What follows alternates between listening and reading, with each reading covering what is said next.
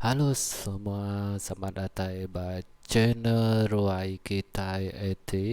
Ada tu aku dekat mada ke cara kita main piano. Ini cara download piano dalam PC.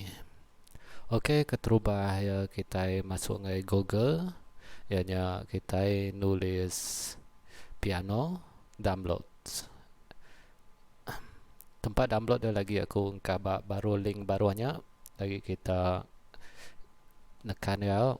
Okey. Nanti kita ayat keluar everyone piano tu. Lalu kita tekan piano software. Tahukah kita nekan backspace keyboard tu ya bisa tulis EOP. Ianya everyone piano. Udah kita nekannya ya bisa keluar EOP download tu lalu tekan. Nanti lepasnya kita install ya sampai penuh lah. Bakal biasa ke kita dekatnya install ya.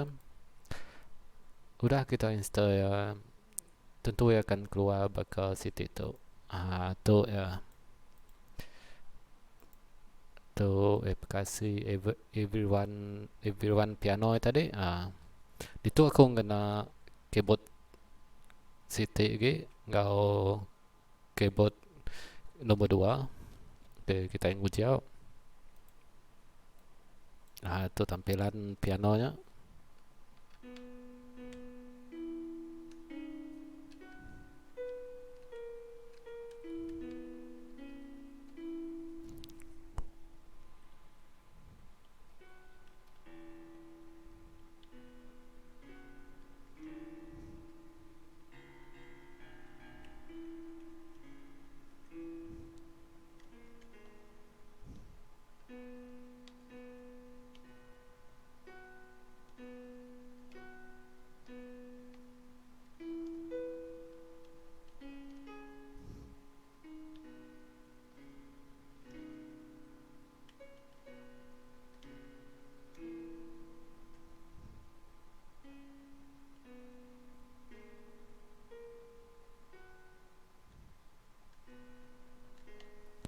Ah, Bakanya tampilan piano itu kita boleh juga bagian file ya atau dia keyboard setting kau kita buka lagi tahu mega kita bisi link ya kebuka lagi tapi link bagi itu lagi aku kabar script barunya